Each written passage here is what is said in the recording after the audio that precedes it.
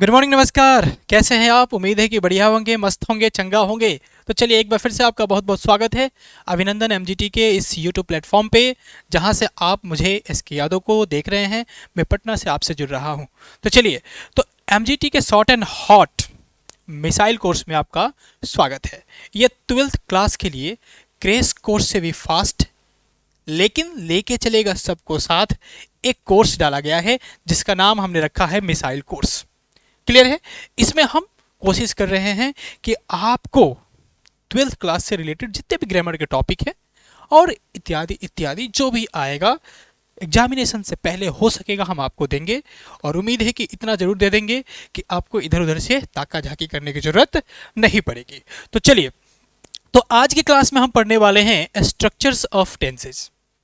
इससे पहले दो वीडियो जा चुका है, एक मॉडल्स का और दूसरा इंट्रोडक्शन ऑफ वर्ब कह लीजिए, या फिर ऑर्डर ऑफ वर्ब कह लीजिए, या फिर प्राइमरी ऑक्सिलरी वर्ब कह लीजिए, उसका एक वीडियो। और एक वीडियो आपका मॉडल का, जिससे एग्जामिनेशन में भर भर के क्वेश्चंस पूछे जाते हैं, जा चुका है, अपलोड है, आप जाके देख लीजिएगा। जरूरत पड़ेगा तो हम लिंक डिस्क्रिप्शन में डाल देंगे। आज main verb, time and tense, syntax पढ़ने से पहले हम बताने वाले हैं आपको स्ट्रक्चर्स ऑफ टेंसेस। आपको पता है कि टेंस 12 होता है, तो 12 को हम टाइम एंड टेंस में नहीं पढ़ेंगे, क्योंकि आपके एग्जामिनेशन के लिए मात्र 6 ही टेंस उपयोगी है, इंपॉर्टेंट है, आपके एग्जामिनेशन में आने वाला है, उससे बाहर कुछ नहीं आता। यह हमारा रिसर्च है। 12th क्लास के पूरे होल इंग्लिश पे जो रिसर्च हमने कर रखा है, जो हमारी प्रकाशन की book MGT short and hot guest paper भी चलता है, उसे अगर आप कर लेते हैं, या फिर मैंने उसे करने के दौरान, या बच्चों को जो लंबे समय से पढ़ा रहा हूँ उसके दौरान जो रिसर्च मैंने किया, और मैंने पाया है कि ये 6 टेंस ही काफ़ी होते हैं आपको एग्जामिनेशन में अच्छा मार्क्स लाने के लिए, या कहें उससे बाहर कुछ नहीं आता। लेकिन उसके बावजूद भी मैंने सोचा कि नहीं, 12 टेंस के हमें स्ट्रक्चर, उसके निगेटिव, उसके इंट्रोगेटिव का एक वीडियो दे देते हैं, ताकि बच्चा को ये ना लगे कि कुछ छूटा है। क्योंकि ये जो दिमागी कीड़ा होता है ना, वो कहीं ना कहीं से हंट करता है, कहीं ना कहीं से हमें किल करता है कि नहीं कुछ छूट रहा है, जो बच्चे होते हैं कुछ लेवल के, उनके लिए।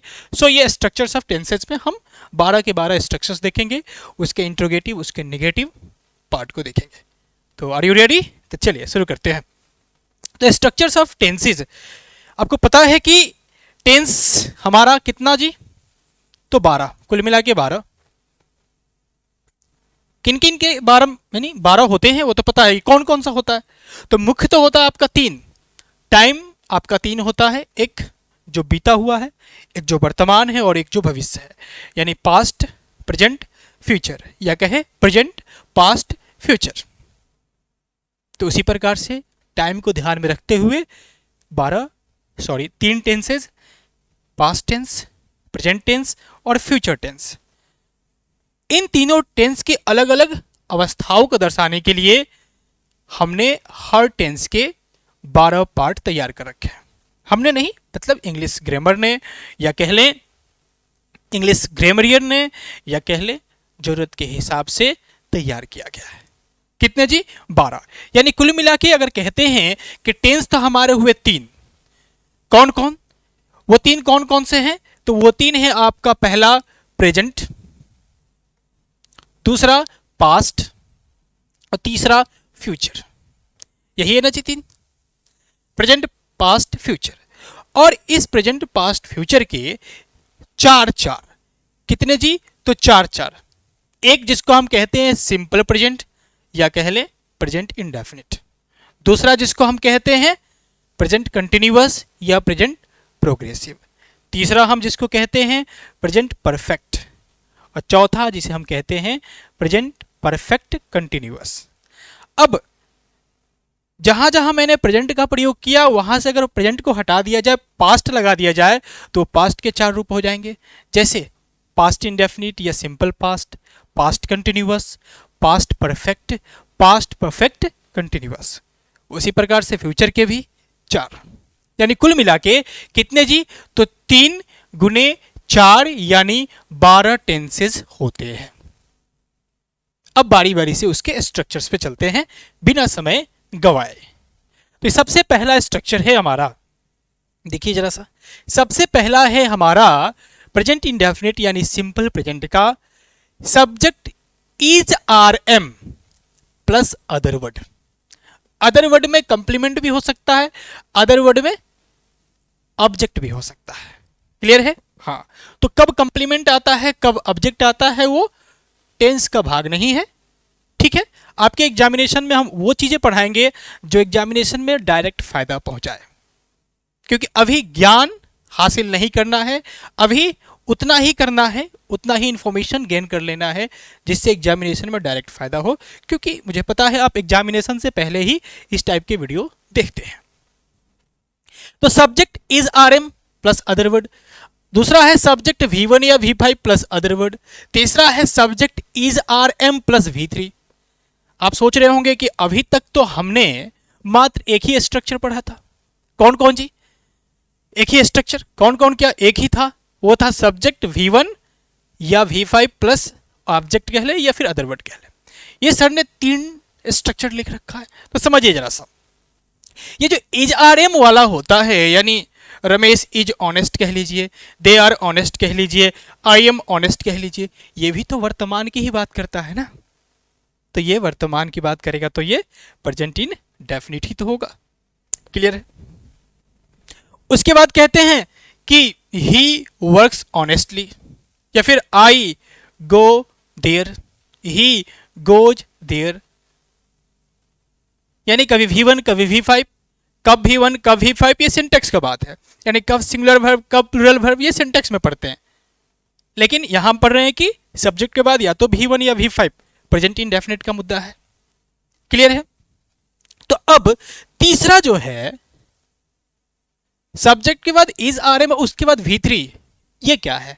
ये तो प्रेजेंट इंडेफिनिट में नहीं आता, लेकिन नहीं, ये भी प्रेजेंट इंडेफिनिट का ही है। अंतर क्या है? तो ये दोनों जो है हमारा कौन कौन कौन कौन जी? तो ये दोनों केवल, जी हाँ, ये दोनों एक्टिव है। क्या है? जो एक्टिव है। और ये क्या है जी? तो ये हमारा पैसिव। ये एक्टिव पैसिव क्या होता है? एक्टिव जिसमें सब्जेक्ट की अवस्था की बात की जाती है, सब्जेक्ट के बारे में बात की जाती है, सब्जेक्ट कोई काम करता है, और पैसिव सब्जेक्ट पे कोई काम होता है। जैसे ही इज ऑनेस्ट, ये एक्टिव है क्योंकि सब्जेक्ट के बारे में बात हो रही है कि वो ईमानदार है। ही वर्क्स ऑनेस्टली, वो ईमानदारी से काम करता है। कौन करता है? तो ही करता है। लेकिन अगर हम कहते हैं ही इज बिटन, ही इज बिटन, उसे पीटा गया, उसे पीटा गया, उसने किसी को पीटा नहीं, उसे पीटा गया, तो ये हो गया उसका पैसिव। क्लियर है? समझे कि नहीं समझे? नहीं समझे तो देख लीजिए जरा सा। इसका नेगेटिव इंट्रोगेटिव भी पढ़ेंगे, इसलिए यहां हमने रखा है ताकि आपको बता दो, भूल ना जाओ, इसलिए रिमाइंडर के लिए मैंने लिख रखा था। आइए देखिए देखिए, कहते हैं कि ही इज ऑनेस्ट समझ गए, ही वर्क्स ऑनेस्टली समझ गए। यहां देखिए तो he is beaten, he is beaten, hard कह लीजिए, सिवियरली कह लीजिए, मतलब उसे बुरी तरह से पीटा गया, या उसे पीटा गया, या उसे पीटा जाता है। गया तो पास्ट हो जाएगा, जाता है, ही इज बिटन, उसे पीटा जाता है। तो इज आ गया, इज आर एम, जिसे हम कहते हैं बी वर्ब, और बी वर्ब के बाद V3। तो इसमें ये सब्जेक्ट काम नहीं कर रहा है पीटने का, बल्कि सब्जेक्ट पे ही काम हो रहा है पिटाने का। तो ऐसे स्थिति में ये हो जाता है पैसिव। तो हर टेंस का एक्टिव भी होता है, पैसिव भी होता है। 12 टेंस के एक्टिव भी होंगे, पैसिव भी होंगे। क्लियर है? कुछ जगह पर कहा जाता है कि इसका पैसिव नहीं बना जाता, वो आएगा समय तो हम बताएंगे, परंतु हर सेंटेंस का लगभग एक्टिव और पैसिव होता है। क्लियर है? हाँ, शर्त यह भी है कि उसमें मेन वर्ब रहना चाहिए, क्योंकि ही इज ऑनेस्ट का पैसिव नहीं बनेगा। क्लियर है? चलिए, तो ये समझ गए आप। अब इसमें समझना है, इसको मिटा देते हैं। अब देखिए जरा सा, इंट्रोगेटिव और निगेटिव ही साथ में हम समझते चलेंगे। अगर कह रहे हैं कि ही इज ऑनेस्ट, क्या कहा हमने? ही इज ऑनेस्ट, ध्यान दीजिएगा। तो इज ऑनेस्ट कहा तो ये तो हो गया अफर्मेटिव, यानी सकारात्मक। लेकिन वही अगर कहते हैं ही इज नॉट ऑनेस्ट, तो ये क्या हो गया जी, निगेटिव, उसका नकारात्मक सेंटेंस हो गया।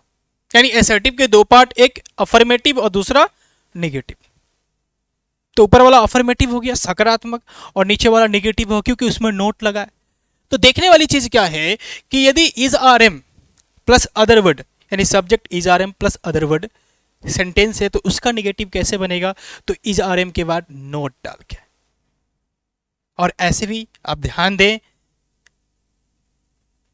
नोट कह लीजिए कि ऑक्सिलरी वर्ब के बाद एनओटी नोट का प्रयोग करके हम प्रायः किसी सेंटेंस को निगेटिव में बदलते हैं। दूसरी चीज कि निगेटिव बनाने के लिए नोट के साथ हमको ऑक्सिलरी वर्ब की जरूरत पड़ती है। बिना ऑक्सिलरी वर्ब का कोई सेंटेंस निगेटिव नहीं बनेगा। क्या कहा मैंने फिर से, बिना ऑक्सिलरी वर्ब का कोई सेंटेंस निगेटिव नहीं बनेगा। ये वीडियो थोड़ा सा लंबा होगा, लेकिन धैर्य से देखिएगा, सब कुछ बारी बारी से क्लियर हो जाएगा। क्योंकि इंफॉर्मेशन गेन करने के लिए, कुछ जानने के लिए, कुछ डीप नॉलेज के लिए समय देना पड़ता है, बिना समय दिए कुछ नहीं होता। तो मैंने कहा कि ऑक्सिलरी वर्ब के बाद नोट लगा के हम निगेटिव बनाते हैं। यानी दूसरी बात यह हो सकती है कि किसी सेंटेंस को अगर निगेटिव बनाना है तो हमें ऑक्सिलरी वर्ब की जरूरत पड़ेगी। तो पूरे ग्रामर में आप कह सकते हैं, पूरे ग्रामर में दो मात्र टेंस होता है जो बिना ऑक्सिलरी वर्ब का असर्टिव फॉर्म में यूज किया जाता है, यानी कह ले कि अफर्मेटिव फॉर्म में यूज किया जाता है। दो टेंस, वो है पहला प्रेजेंट इंडेफिनिट और दूसरा है पास्ट इंडेफिनिट। पहला है प्रेजेंट इंडेफिनिट और दूसरा है पास्ट इंडेफिनिट। प्रेजेंट इंडेफिनिट में सब्जेक्ट के बाद V1 या V5, पास्ट इंडेफिनिट में सब्जेक्ट के बाद V2। उसके अलावा जो भी है वो is are am, has, have, had इत्यादि लेके आते हैं, बिना ऑक्सिलरी का नहीं आते। मात्र ये दो टेंस है, पहला प्रेजेंट इंडेफिनिट और दूसरा पास्ट इंडेफिनिट। तो उसमें ही प्रेजेंट इंडेफिनिट के भी तीन स्ट्रक्चर हमने दिए, तो तीन स्ट्रक्चर में बीच वाला को छोड़ दिया जाए, ये पहला वाला की बात कर रहे हैं। तो इसमें इज आर एम है, ऑक्सिलरी है, तो इसके बाद हम नोट लगा दिए तो उसका निगेटिव बन गया। लेकिन वही अगर कहते हैं कि ही वर्क्स ऑनेस्टली, वो ईमानदारी पूर्वक कार्य करता है, अगर इसका निगेटिव बनाना हो, वो ईमानदारी पूर्वक कार्य नहीं करता है, तो क्या बनेगा, तो बनेगा ही डज नॉट, और डू डज डिड के बाद V1 आता है वर्क ऑनेस्टली।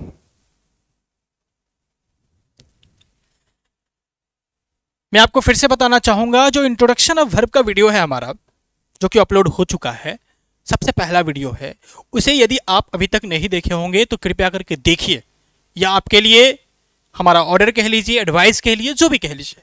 क्योंकि वहां से जो इन्फॉर्मेशन आपको मिलेगा ना, उसे अप्लाई करके आप आपके एग्जामिनेशन के, यानी 12th बोर्ड के एग्जामिनेशन के वर्ब से रिलेटेड अधिकांश क्वेश्चन को सॉल्व कर सकते हैं। वहाँ जो ट्रिक, मैजिक ट्रिक की बात की गई है, ऑर्डर ऑफ वर्ब की बात की गई है कि ये रहेगा तो इसके बाद क्या भरना है, ये रहेगा तो उसके पीछे क्या भरना है, यही इन्फॉर्मेशन आपको क्वेश्चंस के साथ कनेक्ट होके बेकार की चीज़ों को एलिमिनेट करके और काम की चीज़ को सेलेक्ट करने की बात करता है। मुख्य रूप से हम तीन कॉन्सेप्ट पे काम करते हैं, एक कनेक्ट, दूसरा एलिमिनेट और तीसरा सेलेक्ट। CES यानी कनेक्ट, एलिमिनेट एंड सेलेक्ट। यानी सेंटेंस के साथ कनेक्ट हुई है, जो फालतू की चीजें उसे पहले एलिमिनेट कर दीजिए, यानी छाट के बाहर कर दीजिए, और तीसरा है आंसर को सेलेक्ट कर लीजिए। तो ये चीज तभी पता चलेगा जब आपको बुनियादी पकड़ होगी कि इसके बाद क्या आता है, इसके पहले क्या आता है। क्योंकि ग्रामर के रूल में और खासकर फिलिंग द ब्लैंक्स में हम उस नियम को फॉलो करेंगे जो हम रास्ते पर अप्लाई करते हैं। जब हम रोड क्रॉस करते हैं तो अपने दाहिने भी देखते हैं और अपने बाएं भी देखते हैं, देखते हैं ना, दाहिने और बाएं देखते हैं तब जाके रोड क्रॉस करते हैं, नहीं तो पता चलेगा हाँ टकरा जाएगी गाड़ी कोई भी आके। तो दाहिने बाएं देखना जरूरी है। उसी तरह का अगर फिलिंग द ब्लैंक्स भरना है तो आपको दाहिने भी देखना है, बाएं भी देखना है। यानी जो ब्लैंक है उसके आगे क्या है और उसके पीछे क्या है। अगर आगे क्या है तो इसके पीछे क्या होगा, या पीछे क्या है तो उसके आगे क्या होगा, ये नॉलेज अगर हो गया ना तो कोई भी फिलिंग द ब्लैंक्स हम आसानी से भर सकते हैं। क्योंकि गलत चीजें दिखने लगेगी, अच्छा ये तो नहीं होगा, क्या होगा पता नहीं, लेकिन ये तो नहीं होगा, तो फालतू निकलेगा, जो बचेगा वो आंसर होगा। तो देखिए ही वर्क्स ऑनेस्टली। तो इसमें ही डज लगाया हमने, क्यों लगाया? तो देखिए जरा सा, ऑक्सिलरी वर्ब के खानदान में 24 जो ऑक्सिलरी वर्ब होते हैं उसमें डू डज डिड भी होता है, आपको पता है। डू डज डिड भी होता है, उसमें से डू और does specially for present indefinite use किया जाता है, और did for past indefinite as auxiliary verbs. समझ में आया? हाँ, तो ही था इसलिए डज, क्योंकि ही होता है सिंगुलर और सिंगुलर के साथ आता है सिंगुलर वर्ब, और डज होता है सिंगुलर। क्लियर है? तो he does not work honestly. वही अगर यहां दे रहता तो दे के साथ हो जाता, दे के साथ क्या होता जी? They do not work honestly हो जाता, दे रहता तो डू हो जाता। नहीं, वे लोग ईमानदारी पूर्वक कार्य करते हैं तो दे वर्क ऑनेस्टली, नहीं करते हैं तो दे do not work honestly. Clear है? हाँ। अब ये तो सारी बातें किसकी हो रही है जी? तो ये सारी बातें हो रही है निगेटिव सेंटेंस की। तो फिर पैसिव का भी तो निगेटिव हो सकता है। ही इज बीटन, वो पीटा जाता है, या वो पीटा गया है, वो नहीं पीटा गया है, या वो नहीं पीटा जाता है, तो क्या कहेंगे? He is not beaten. Is है ना उसमें, तो इज है तो उसके बाद नॉट डाल दीजिए। जिसमें है पहले से, जिसके असर्टिव फॉर्म में है, जिसके अफर्मेटिव फॉर्म में है, तो फिर कोई दिक्कत नहीं है, आप उसके बाद नॉट डाल दीजिए। क्लियर है? अगर नहीं है तो वो नहीं होगा, तो किस में नहीं होगा? तो प्रेजेंट इंडेफिनिट के सब्जेक्ट प्लस V1 V5 और पास्ट इंडेफिनिट के V2 वाले में। चलिए, तो ये हो गया निगेटिव। अब आगे बढ़ते हैं और ले लेते हैं हम इंट्रोगेटिव सेंटेंस। तो निगेटिव बनाने के लिए तो ऑक्सिलरी वर्ब की जरूरत पड़ेगी, और ऑक्सिलरी वर्ब के बाद अगर हम लगा देते हैं नॉट तो बन जाता है निगेटिव।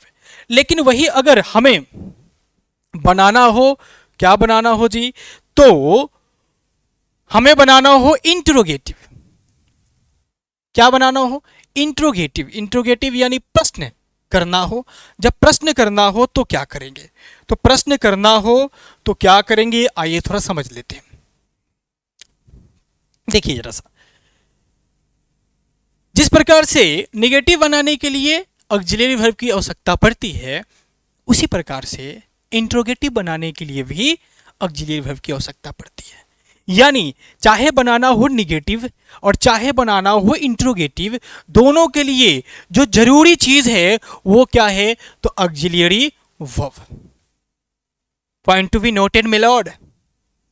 जी हाँ, वहां से पॉइंट को नोट करना होगा कि चाहे बात हो निगेटिव बनाने की, चाहे बात हो इंट्रोगेटिव बनाने की, किसी भी सेंटेंस को, तो हमें चाहिए ऑक्सिलरी वर्ब। क्लियर है? हाँ, तो क्लियर है। तो आपको ऑक्सिलरी वर्ब तो मिल ही चुका है प्रेजेंट इंडेफिनिट का। कौन? तो अगर सिंपल वाला हो इजारेम वाला तो इजारेम है, पैसिव हो उसका तब भी उसमें इजारेम है। अगर इजारेम वाला नहीं, V1 या V5 वाला हो तो उसके लिए डू या डज है। तो देखिए, तो वो ईमानदार है, ही इज ऑनेस्ट। क्या वो ईमानदार है?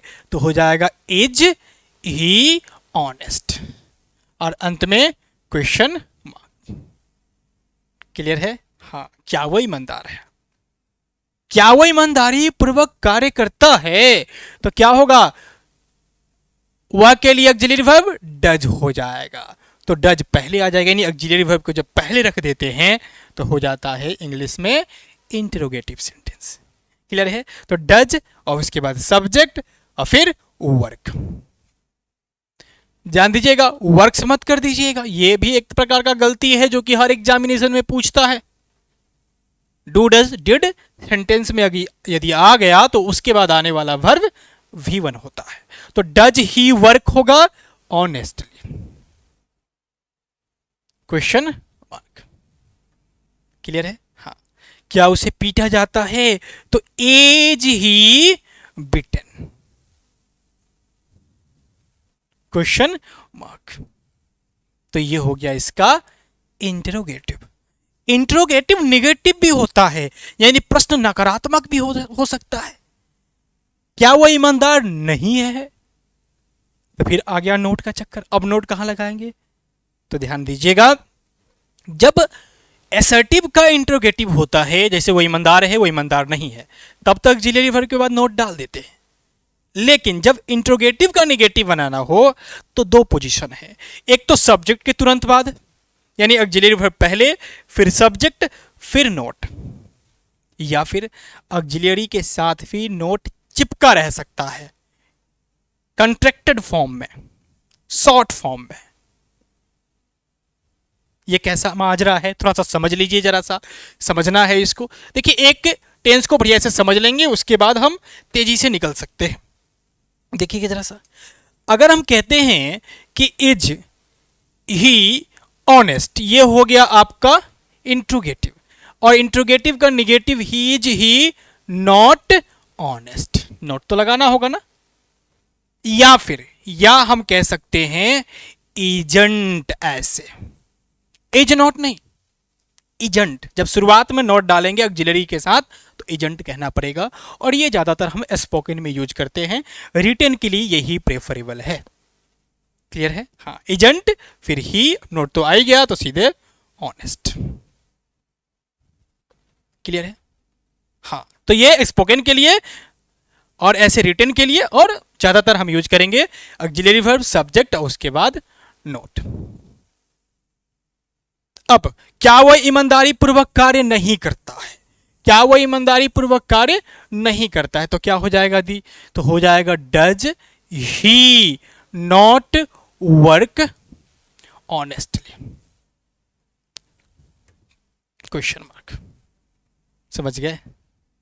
तो उम्मीद है कि आप प्रेजेंट इंडेफिनिट के स्ट्रक्चर्स, उसका इंट्रोगेटिव, उसका निगेटिव, उसका इंट्रोगेटिव निगेटिव समझ गए हैं। और सीधे तौर पे हमने एग्जाम्पल का सहारा लिया, रूल्स का सहारा नहीं लिया, क्योंकि रूल्स काम का चीज नहीं है, वो केवल देखने का चीज है, उसे अप्लाई करना ही काम का चीज है, यानी उसका अप्लीकेशन। क्लियर है? तो चलिए, तो अब आगे बढ़ जाए। तो ये तो प्रेजेंट इंडेफिनिट था। हम यहाँ ध्यान दें, केवल स्ट्रक्चर से आपको रूबरू करा रहे हैं प्रेजेंट इंडेफिनिट का। जैसे कि जिसके अंत में ता है, ती है, ते हैं, वो जाता है, वो खाता है, वो खेलता है, वो पढ़ता है, वो सोता है, वो गाता है। He sleeps, he runs, he sings, he eats. अगर दे हो जाए तो इट, रन, प्ले, स्लीप। तो उसी का हमने ये अलग अलग वर्जन बताया। अब आ जाइए प्रेजेंट इंडेफिनिट के बाद प्रेजेंट कंटिन्यूअस, जिसे हम प्रोग्रेसिव टेंस भी कहते हैं, यानी प्रेजेंट कंटिन्यूअस टेंस कह लीजिए या फिर प्रेजेंट प्रोग्रेसिव टेंस कह लीजिए। मजे की बात है कि इसका भी दो नाम है। इसका रूल्स कह रहा है कि subject plus is are am V4 plus other word.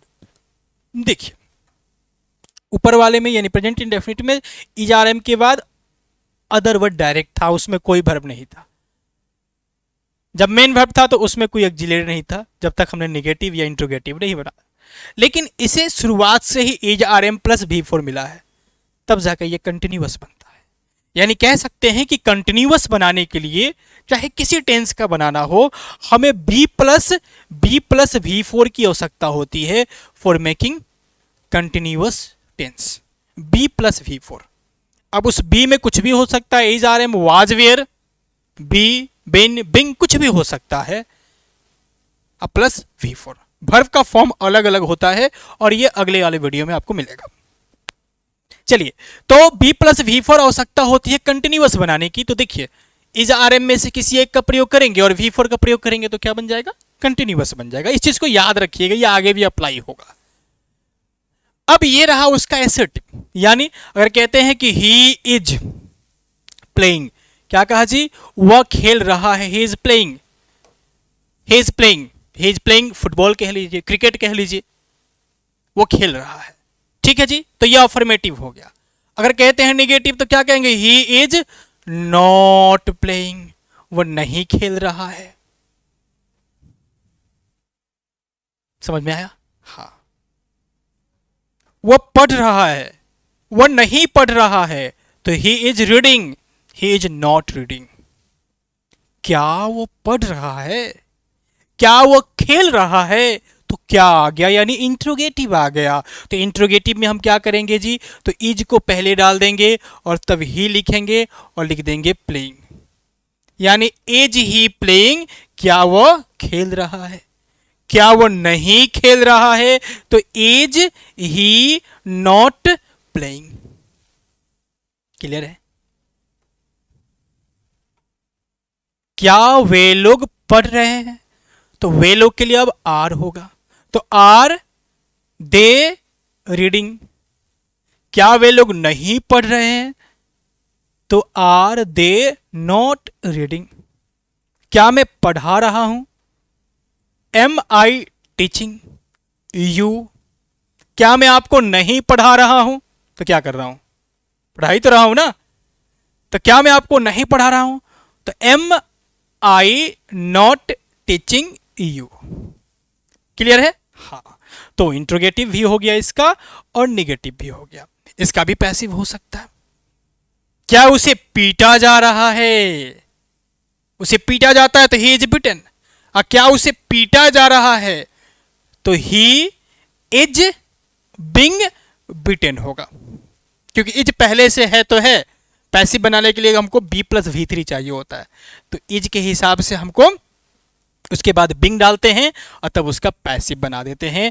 यानी क्या उसे पीटा जा रहा है, तो is he Bing bitten.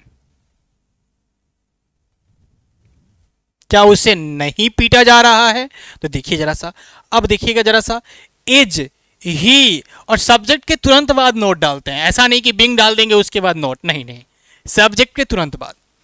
Subject के बाद अगर कोई और भी ऑक्सिलरी है तो उसे नॉट के बाद ही रखेंगे, यानी नॉट बिंग बिटन।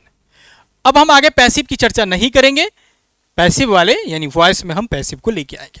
यहां समझाने के लिए आपको बता दिए, क्योंकि वहां भी हमको फिर से टेंस का सहारा लेना ही पड़ेगा पैसिव बताने के लिए। क्लियर है? तो चलिए, तो ये रहा प्रेजेंट कंटिन्यूअस। अब एक और चीज, प्रेजेंट कंटिन्यूअस में हम आमतौर पे ये धारणा रखते हैं कि जिस हिंदी वाक्य क्रिया के अंत में रहा है, रही है, रहे हैं है, तो फिर वो प्रेजेंट कंटिन्यूअस है, वरना नहीं है। ऐसा कुछ नहीं है। Present continuous time and tense के अंतर्गत हम आपको बताएंगे, आपका नजरिया ब्रॉड करेंगे कि नहीं, प्रेजेंट कंटिन्यूअस मात्र रहा है, रही है पे सीमित नहीं है, उसका दायरा विस्तृत है। रमेश स्टेज पर खड़ा है, रमेश लाल टी शर्ट पहना है, सूर्य निकला है या निकल चुका है, ये सारे के सारे कंटिन्यूअस में बनेंगे, क्योंकि कार्य होते हुए दिख रहा है। यानी कंटिन्यूअस वो भी होता है जो आपके आंखों के सामने चल रहा होता है कार्य, या फिर चल रहा होता है, जरूर नहीं कि आंखों के सामने चल रहा हो। रमेश स्टेज पर खड़ा है, खड़ा हो रहा है नहीं, खड़ा है, आपको दिख रहा है कि अच्छा खड़ा है। सर स्टेज पर खड़े हैं, सर हमारे सामने खड़े हैं, तो खड़े हैं, रही है, रहा है तो नहीं है, फिर भी बनेगा sir is standing before me, before us. Clear है? हाँ, रमेश स्टेज पर खड़ा है तो Ramesh is standing on the stage. सूर्य निकला है, सूर्योदय हो चुका है, तो द सन इज शाइनिंग होगा, ना कि the sun is came out या सन केम आउट। इस तरह का कोई फालतू स्ट्रक्चर नहीं होगा, द सन इज शाइनिंग होगा। क्लियर है? हाँ, चलिए, तो ये अवधारणा भी आप समझ गए। अब आ जाइए अगला टेंस, प्रेजेंट परफेक्ट। थोड़ा सा तेजी में निकलेंगे, समय का अभाव है, हमको पता है आपका समय बड़ा ही कीमती है। प्रेजेंट परफेक्ट का देखिए, सब्जेक्ट प्लस हैव या has plus V3 plus other would. देखिए, जिस तरह से कंटिन्यूअस बनाने के लिए बी प्लस V4 चाहिए होता है, उसी प्रकार से परफेक्ट बनाने के लिए हैव प्लस V3 चाहिए होता है। बी में जहां is are am was were be been being आता है, वहां हैव में हैज हैव हैड आता है। तो इनमें से कोई भी टेंस के हिसाब से आ सकता है, यानी हैव प्लस V3 जहां भी दिखेगा आपको समझ जाना है कि परफेक्ट है, या फिर परफेक्ट जिस टेंस के साथ जुड़ जाएगा, जिस टेंस के नाम में परफेक्ट होगा उसमें हैव प्लस V3 को जगह देना होगा। जिस टेंस के नाम में कंटिन्यूअस होगा उसमें बी प्लस V4 को जगह देना होगा। क्लियर है? चलिए, जैसे he has written a letter, तो ये होगा प्रेजेंट परफेक्ट का सेंटेंस। अगर होता दे तो हो जाता हैव रिटन, हैज होता है सिंगुलर, एस लगा हुआ वर्ब सिंगुलर और बिना एस वाला प्लूरल। क्लियर है? चलिए, यानी उसने एक पत्र लिखा है, उसने एक पत्र नहीं लिखा है तो क्या हो जाएगा, नोट लगा देंगे simply, he has not auxiliary verb को पकड़ेंगे और उसके बाद नॉट डाल देंगे, तो ही हैज नॉट और फिर रिटन ए लेटर। क्या उसने पत्र लिखा है? क्या उसने पत्र लिखा है तो हो जाएगा हैज बाहर, यानी ऑक्सिलरी वर्ब बाहर, इंट्रोगेटिव बनाने के लिए ऑक्सिलरी वर्ब बाहर, has he written a letter. क्या उसने पत्र नहीं लिखा है? क्या उसने पत्र नहीं लिखा है तो क्या होगा जी, बताइए जरा सा। हाँ, नोट डालेंगे। नोट कहां डालेंगे? तो सब्जेक्ट के तुरंत बाद डाल देंगे। क्या वे लोग वहां नहीं गए हैं? क्या वे लोग वहां नहीं गए हैं तो क्या होगा, have they not gone there. Clear है? हाँ। क्या आपने पिछला वीडियो नहीं देखा है? क्या आपने, यानी यू, तो यू के लिए आएगा हैव, तो have you not seen the previous video या लास्ट वीडियो। क्लियर है? हाँ। चलिए, तो समझ गए प्रेजेंट परफेक्ट टेंस को भी। यहां से एग्जामिनेशन में विशेष फायदा नहीं होने वाला है, लेकिन स्ट्रक्चर पे कमांड हो जाएगा, निगेटिव अफर्मेटिव ये सब समझ जाएंगे तो ये सब भी तो उसी का ज्ञान है और डायरेक्ट नहीं तो इनडायरेक्ट मदद करेगा आपकी आंसर तक पहुंचने में। यानी कनेक्ट तो सेंटेंस के साथ हो जाइएगा, एलिमिनेट कैसे कीजिएगा? अगर टू द पॉइंट नॉलेज होगा, आसपास का ज्ञान नहीं बटोरे रखिएगा ना, तो एग्जामिनेशन में आपका विकल्प आपको उलझा देगा। ध्यान रखिएगा, आपका विकल्प आपको ना उलझाए, इसलिए फाउंडेशन अंग्रेजी का, न्यू अंग्रेजी का सही होना चाहिए, मजबूत होना चाहिए, ताकि कोई भी तूफान आपको हिला ना पाए। और इसी के लिए मैं ये स्ट्रक्चर वाला वीडियो अलग से दे रहा हूं। क्या जरूरत थी, सीधे आते टाइम एंड टेंस पढ़ाते, कहते कि भैया 6 रूल इंपॉर्टेंट है, ये पढ़ लो तुम्हारा काम हो जाएगा। लेकिन यहां मैंने जरूरत महसूस किया अपने रिसर्च में, इसलिए आपको दे रहा हूं। क्लियर है? चलिए इसके बाद आ जाते हैं। इसके बाद है प्रेजेंट परफेक्ट कंटिन्यूअस। अब देखिए, मैंने आपको कंटिन्यूअस के लिए बी प्लस वी4 याद रखने के लिए कहा था, परफेक्ट के लिए हैव प्लस वी3 याद रखने के लिए कहा था, तो देखिए यहां काम आने वाला है। ये प्रेजेंट की बात कर रहा है, और प्रेजेंट का क्या जी, तो परफेक्ट कंटिन्यूअस, यानी ये परफेक्ट भी है कंटिन्यूअस भी है। तो देखिए जरा सा, हैव प्लस वी3, हमको चाहिए हैव प्लस वी3 परफेक्ट बनाने के लिए, और बी प्लस वी4 कंटिन्यूअस बनाने के लिए। तो देखिए जरा सा, हैज या हैव हमारा प्रेजेंट होता है, हैड जो है पास्ट होता है, तो हैज या हैव डाला गया क्योंकि बात प्रेजेंट की है। उसके बाद चाहिए वी3, तब जाके बनेगा परफेक्ट, और बी प्लस वी4 चाहिए तब जाके बनेगा कंटिन्यूअस। तो दिमाग लगाना पड़ेगा कि वी4 और हैज हैव के बीच में कुछ ऐसा डाला जाए जो हैज हैव के बाद वी3 का भी काम करे और वी4 के पहले बी का भी काम करे, तब जाके हमारा परफेक्ट कंटिन्यूअस का डिमांड पूरा होगा। यानी हैज हैव और वी4 के बीच में कुछ ऐसा आ जाए जो बी का भी काम कर दे और वी3 का भी काम कर दे, तो वी3 का काम करेगा तो हैज हैव के बाद वी3 परफेक्ट बन जाएगा, और बी का काम करेगा तो बी वी4 से पहले बी कंटिन्यूअस बन जाएगा, तो बन जाएगा ना परफेक्ट कंटिन्यूअस। क्लियर है? तो देखिए जरा सा, तो यहां कितना बारीकी से देखिए, बिन डाला हुआ है, और बिन बी का वी3 फॉर्म होता है, और खुद में बी का भी फॉर्म है तो बी भी है, तो यानी ये बी का वी3 है, तो बी का वी3 है कौन, ये जो है बी का वी3 है, तो इसके लिए वी3 हो गया और इसके लिए बी हो गया, तो यानी परफेक्ट, यहां से यहां तक ही परफेक्ट बन गया, और यहां से यहां ये वी4 तक ये बन गया कंटिन्यूअस, यानी परफेक्ट कंटिन्यूअस। स्ट्रक्चर निर्माण भी हो गया आपका। चलिए तो देखिए तो जरा सा, इसमें आमतौर पे कहते हैं कि वो पढ़ता रहा है, वो खेलता रहा है, वो जाता रहा है, लेकिन ऐसी बात नहीं है। अगर ऐसे कहते हैं कि वो 2 घंटे से पढ़ रहा है, वह 2 घंटे से खेल रहा है, जैसे उसमें समय आ जाए कि 2 घंटे से, 4 घंटे से, जन्म से, मृत्यु से, तो ऐसे समय में रहा है भी अगर है तो वो प्रेजेंट परफेक्ट कंटिन्यूअस का हिस्सा बनेगा, यानी उसी टेंस में बनेगा। जैसे ही हैज बिन, क्या होगा? He has been reading for 2 hours. कितने घंटे से जी? तो 2 घंटे से पढ़ रहा है। वो 2 घंटे से नहीं पढ़ रहा है, तो देखिए, तो हैज नॉट, तब बिन, तब ये सब सारा।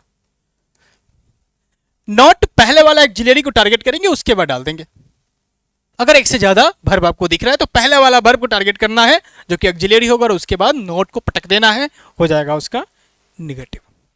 अगर इंट्रोगेटिव बनाना हो यानी प्रश्न करना हो तो केवल इसको ही बाहर करेंगे और बाकी अपनी जगह पर रहेगा, यानी हो जाएगा हैज ही बिन और बाकी reading for 2 hours. Interrogative negative बनाना हो तो फिर हैज अपने जगह पे रहेगा, ही के बाद क्या डाल देंगे? नोट डाल देंगे। अगर दे सब्जेक्ट रहता यानी प्लूरल सब्जेक्ट रहता तो हैव के जगह पर, हैज के जगह पर हैव हो जाता, बाकी सब वही चीज। क्लियर है? हाँ, यानी प्रेजेंट परफेक्ट कंटिन्यूअस का हमने आपको बताया निगेटिव ही, इंट्रोगेटिव भी और उसका एसर्टिव भी। उसके बाद आता है पास्ट इंडेफिनिट। फिर से यहां देखिए 3 स्ट्रक्चर, प्रेजेंट इंडेफिनिट में आपको दिखाया था मैंने 3, फिर से यहां दिखा दिया ताकि चीजें याद रहे। सब्जेक्ट के बाद वाज या were plus other word, subject के बाद V2 जो कि मुख्य स्ट्रक्चर है इसका, अदर वर्ड, सब्जेक्ट के बाद वाज या वेयर प्लस V3। तो फिर से कहेंगे कि ये हमारा एक्टिव है और ये हमारा पैसिव है। जैसे जैसे कहते हैं कि ही वाज वेल्दी, यानी वह अमीर था, अब गरीब हो चुका है। He was poor, he was rich, वह अमीर था, वह गरीब है, सॉरी वह गरीब था, वह स्ट्रांग था, अब जाके क्या हो गया जी? कमजोर हो गया है, वीक हो गया है। तो ही वॉज, ये भी पास्ट का ये स्ट्रक्चर है, पास्ट की बात कर रहा है, पास्ट का स्ट्रक्चर है।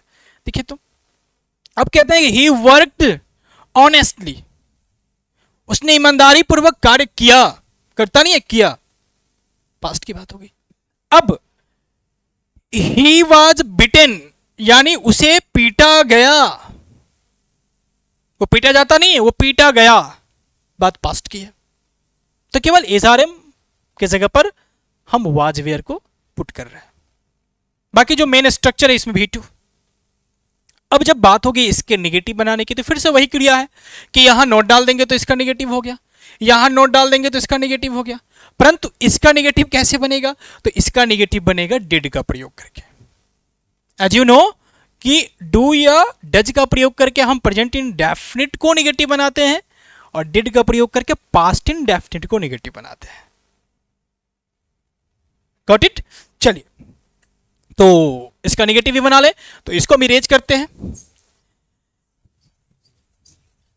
जैसे कहते हैं कि ही, तब यहां करेंगे he did not work honestly.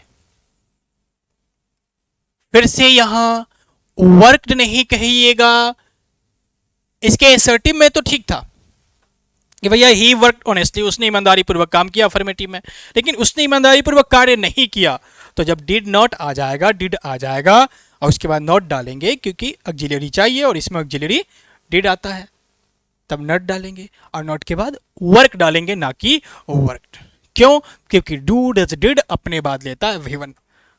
और ये पढ़ाया कहाँ गया है? तो फिर से कहूंगा इंट्रोडक्शन ऑफ वर्ब या ऑक्सिलरी वर्ब से रिलेटेड एक वीडियो है, जो पहला वीडियो है उसमें पढ़ाया गया है, वो तो एनी हाउ आपको देखना ही है क्योंकि उसके बिना आपका वर्ब अधूरा है। चलिए, क्लियर है? तो निगेटिव हो गया। अब फिर से बात इंट्रोगेटिव की जाए तो इंट्रोगेटिव भी वही भैया, ऑक्सिलरी वर्ब बाहर आ जाएगा, यानी वाज ही स्ट्रॉन्ग, क्या वो स्ट्रॉन्ग था? Question mark. क्या वह स्ट्रॉन्ग नहीं था? तो वाज ही नॉट स्ट्रॉन्ग। क्या वो ईमानदारी पूर्वक कार्य नहीं किया या क्या वो ईमानदारी पूर्वक कार्य किया, प्रश्न पूछ रहे हैं, तो यहां डिड आ जाएगा। डिड ही वर्क, मन करेगा कि वर्क लगा दें लेकिन लगाना नहीं है, ठीक है। हाँ, ऑनेस्टली किसी भी इंट्रोगेटिव में, असर्टिव में, निगेटिव में, किसी में नहीं लगाना, नहीं लगाना, नहीं लगाना, रूल तो रूल है। ऐसा थोड़ी है कि कहीं जाके बदल जाएगा, नहीं बदलेगा, ठीक है जी। नहीं किया तो नॉट यहां डाल दीजिए, क्लियर है। अब केवल डिड आता है इसमें, प्रेजेंट इंडेफिनिट में डू और डज है। सिंगुलर के लिए डज और प्लूरल के लिए, यानी प्लूरल सब्जेक्ट हो तो डू और सिंगुलर सब्जेक्ट हो तो डज। लेकिन यहां डिड केवल एक है, यानी सिंगुलर के साथ भी डिड और प्लूरल के साथ भी डिड ही आता है। गॉट इट, समझ गए। चलिए अगला है हमारा, अगला क्या है जी, तो है पास्ट कंटिन्यूअस। प्रेजेंट कंटिन्यूअस की तरफ पास्ट कंटिन्यूअस, वाज वेयर के बाद V4, यानी ही वाज प्लेइंग, उसमें था ही इज प्लेइंग, इसमें है ही वाज प्लेइंग, वो खेल रहा था। वो नहीं खेल रहा था तो ही वाज नॉट प्लेइंग, कितना आसान है। क्या वो खेल रहा था, तो वाज को पहले कर देंगे, यानी वाज ही प्लेइंग। क्या वो नहीं खेल रहा था, तो वाज ही नॉट प्लेइंग। ये तो मौखिक ही हो गया, मौखिक हो गया तो आगे बढ़ते हैं। पास्ट परफेक्ट, पास्ट परफेक्ट में सब्जेक्ट प्लस हैड के बाद V3, जिसमें ऑक्सिलरी वर्ब जैसे कि हैड, इससे पहले वाले में वाज वेयर, उससे पहले वाले में भी था, उससे पहले वाले में भी था, केवल प्रेजेंट इंडेफिनिट और पास्ट इंडेफिनिट में नहीं रहता। तो जिसमें ऑक्सिलरी वर्ब है उसका नेगेटिव उसके बाद नॉट डाल के, इंट्रोगेटिव ऑक्सिलरी वर्ब को पहले करके आसानी से तो बना लेना है, क्लियर है। तो देखिए, तो he had written a letter, उसने पत्र लिखा था या लिख चुका था, हिंदी कुछ इस प्रकार से निकलती है, लेकिन यूज कैसे करते हैं वो तो टाइम एंड टेंस में हम पढ़ेंगे, अभी इतना जान लीजिए। तो he had written a letter, नहीं लिखा था या नहीं लिख चुका था तो ही हैड नॉट यहां कर देना है। क्या लिखा था तो हेड को बाहर कर देना है, कितना आसान है। मतलब वही पैटर्न बार बार रिपीट करना है। शर्त यह है कि जिसका स्ट्रक्चर उसका ऑक्सिलरी वर्ब बाहर या फिर auxiliary verb plus not negative के लिए, क्लियर है। परफेक्ट कंटिन्यूअस, फिर से देखिए तो यहां परफेक्ट कंटिन्यूअस है, पास्ट का परफेक्ट कंटिन्यूअस है। तो हैज, हैव प्रेजेंट के लिए आता है, हैड आता है पास्ट के लिए, तो ये हमारा पास्ट। और देखिए फिर से हैड और V4 के बीच में कुछ ऐसा रखना है जो हैव के बाद V3 का काम करे और V4 से पहले B का काम करे, तो हमारा सूटेबल बिन है। तो यानी ये यहां से परफेक्ट और यहां से कंटिन्यूअस, और हैड है तो past perfect continuous. He had been reading,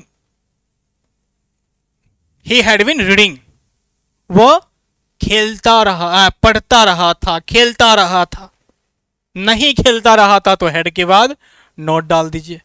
क्या अगर क्या खेलता रहा था तो हेड को बाहर कर दीजिए, उसके बाद ही कर दीजिए। नहीं, क्या नहीं खेलता रहा था तो नोट कर दीजिए। मतलब कितना आसान है, वही पैटर्न बार बार रिपीट हो रहा है, बशर्ते कि अलग अलग टेंस के अलग अलग जो स्ट्रक्चर्स है वो आपके दिमाग में होने चाहिए।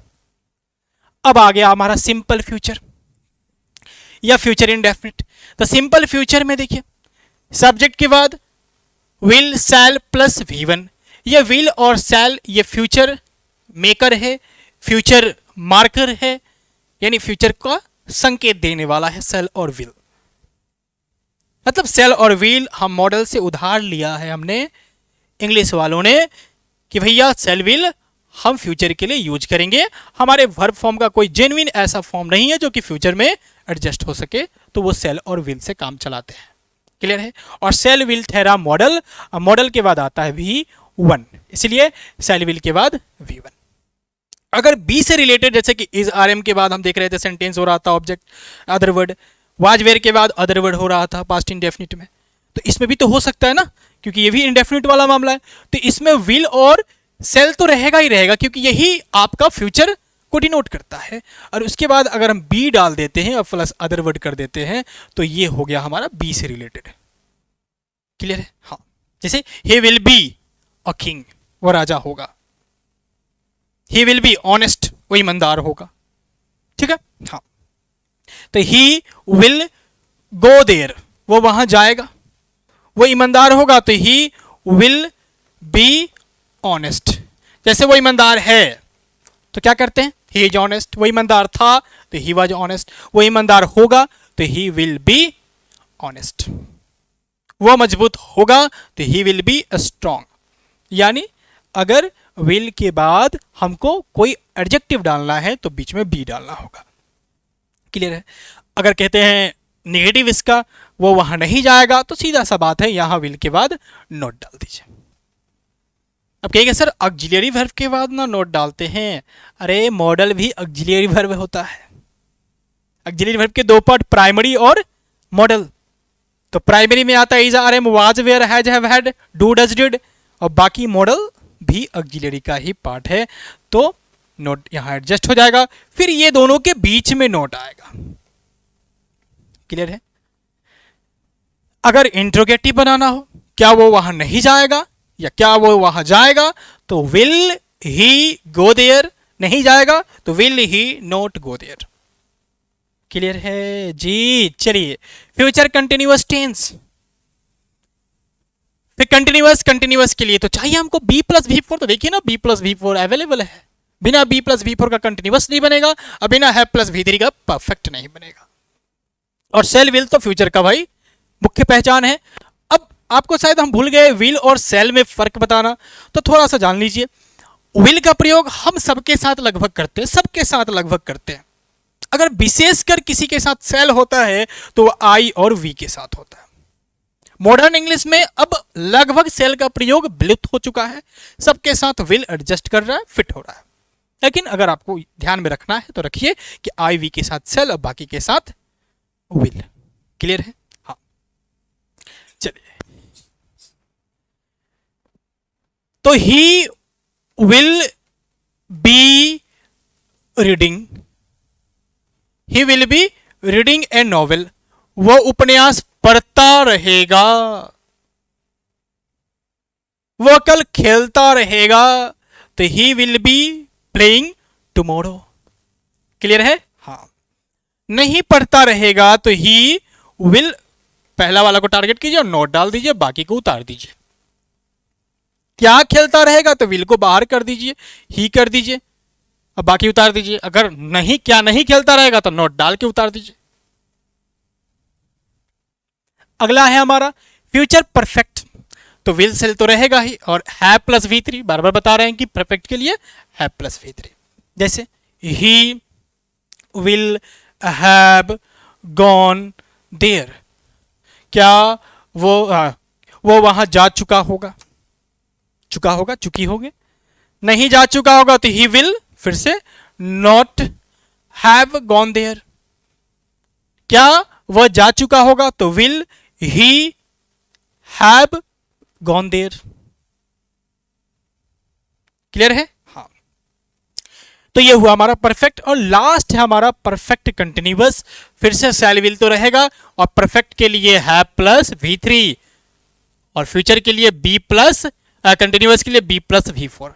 मतलब अगर आप कंटिन्यूअस कैसे बनता है, उसका मुख्य स्ट्रक्चर क्या होता है, be plus V four. Perfect का हैव प्लस वी फोर। अगर ये ध्यान में है तो स्ट्रक्चर बनाना बड़ा ही आसान है। तो इसका एग्जाम्पल भी तो आपको पता ही है। ही will have been playing, he will have been playing. इसके पहले कुछ गलती तो नहीं हुआ था ना, ठीक था। ही विल हैव बिन प्लेइंग, वो खेलता हुआ रहेगा। ही विल हैव बिन प्लेइंग, क्या वो खेलता हुआ रहेगा तो will he have been playing. नहीं तो will he not have been playing. तो उम्मीद है कि आप स्ट्रक्चर्स ऑफ टेंसेज यानी 12 टेंस के 12 स्ट्रक्चर्स और उसके निगेटिव और उसके इंट्रोगेटिव से अवगत हो चुके हैं। बढ़िया लगा हो तो कमेंट कीजिए, नए हैं तो चैनल को सब्सक्राइब कर लीजिए और इसके बाद वाला भी वीडियो अब जल्द से जल्द मिलेगा। और एक और सूचना, कल से यानी कल आपका तारीख है, तारीख देखिए, तारीख भूल रहे हैं, तारीख है 16। आज कल है 17 बजे शाम से, यानी 7 से 8 हम लाइव होने वाले हैं आपके 12th के लिए स्पेशल। और उसमें हम ज़्यादा से ज़्यादा प्रैक्टिस करेंगे, प्रीवियस क्वेश्चन का भरमार चलेगा, आर पार चलेगा, कुछ भी अछूता नहीं रहेगा। खासकर ऑब्जेक्टिव पे भरपूर काम करेंगे और समय रहा तो सब्जेक्टिव पे भी काम करेंगे। ठीक है, तो पहला क्लास कल आ रहा है, तो उम्मीद है कि आप उससे जुड़ेंगे और ज़्यादा से ज़्यादा जुड़ेंगे, ताकि हमें और आपको और आपके मित्रों को बहुत से बहुत ज़्यादा से ज़्यादा फायदा हो। चलिए फिर मिलते हैं, तब तक के लिए गुड बाय।